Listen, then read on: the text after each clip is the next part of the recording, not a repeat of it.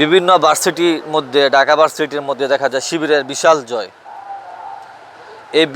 এইভাবে কি সারা বাংলাদেশে প্রত্যেকটি সংসদীয় আসনে কি তাদের এইভাবে বিজয় হবে?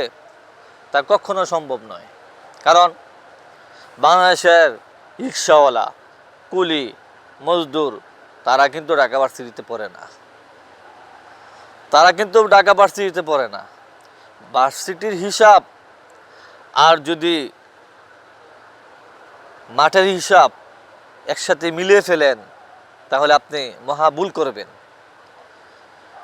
আপনি যদি কওমি মাদ্রাসায় যান, ওখানে গেলে কয়টা ছেলে পাবেন যে শিবির করে?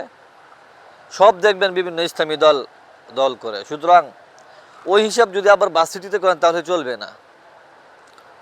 সুতরাং সব জায়গায় এক ইঞ্জিনিয়ারিং চলে না, এটা মাথায় রাখতে হবে।